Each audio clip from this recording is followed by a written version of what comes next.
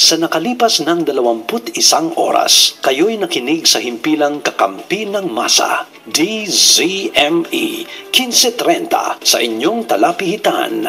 Ang himpilang ito, DZME, ay isang commercial radio station na pag-aari at pinamamahalaan ng Jose M. Luison and Sons Incorporated, Capital Broadcasting Center na may lakas na 25,000 watts. Ang himpilang ito, DZME, ay may pahintulot ng National Telecommunications Commission buhat Enero 1, taong 2013 hanggang Disyembre 31, taong 2015 at pahintulot bilang BSD-0070-2012, license number 0661. Ang himpilang ito, DZME, ay sumasahimpapawid mula alas 4 ng umaga hanggang alas 12 ng hating gabi. Ang punong himpilan ay matatagpuan sa Unit 1802 OMM Citra Building, San Miguel Avenue, Ortigas Center, Pasig City.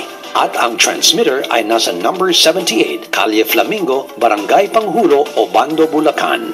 Ang DZME ay pinangangasiwaan ng mga sumusunod na may pahintulot ng National Telecommunications Commission. Engineer Terry G. Bondok with ECE license number 796, First Class Radio Telephone Operators. Ruben A. Baltero with license number 92-1, PHN-790. Jesse C. De La Cruz with license number 96-1, PNCR 17878.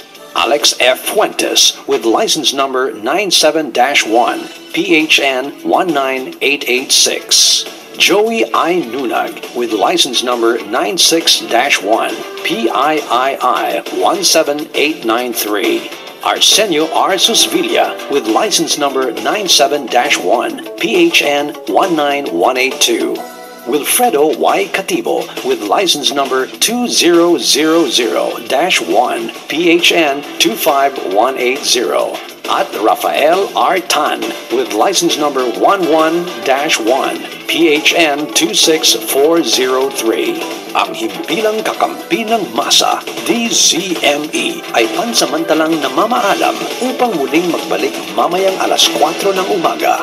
Maraming salamat po sa inyong patuloy na pagtitiwala.